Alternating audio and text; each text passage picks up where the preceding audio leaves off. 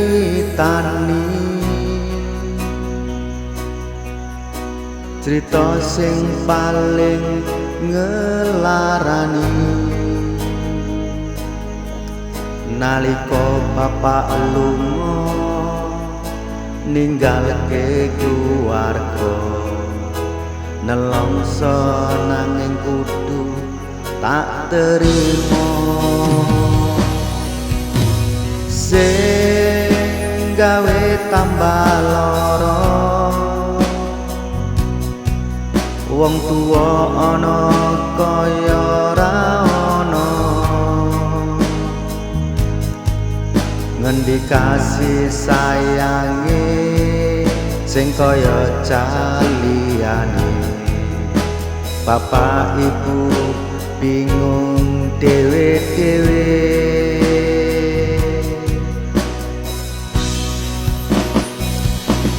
yen pancen kudu pisahan aja nganti anak dadi korban berjuang nang dalan dhewean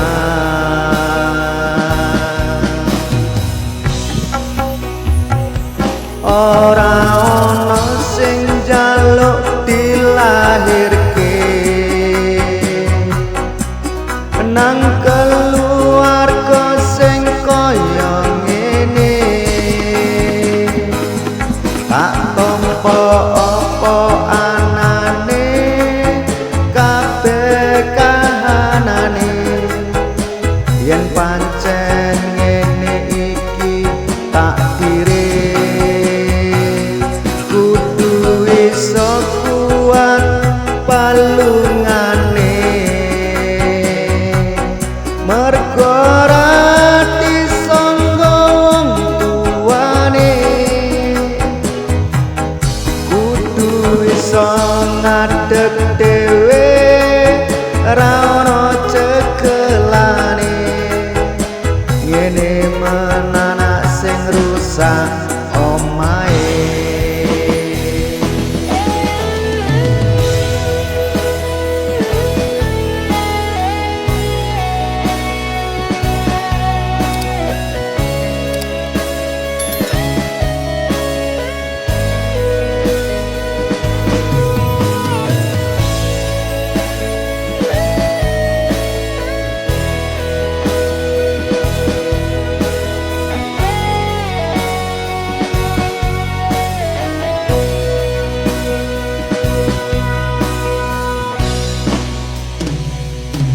yen pancen kudu pisahan aja nganti anak dadi korban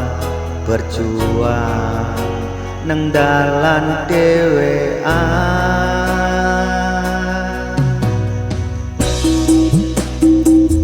ora ana sing njaluk dilahirke nang keluarga sing kaya ngene tak tampa apa anane kabeh kahanane yen pancen ngene iki takdire kudu iso kuat balungane mergo ora disangga wong tuwane kudu iso ngadeg dhewe ora ana cekelane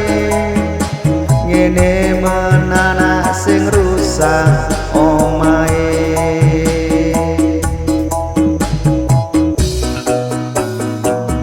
ora ana sing njaluk dilahirke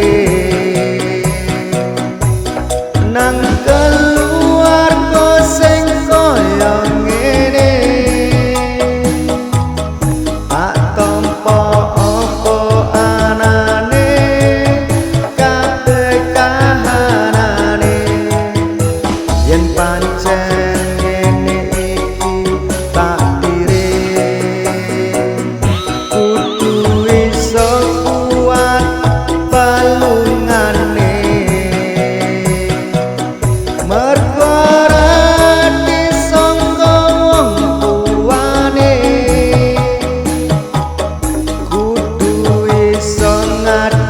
dhewe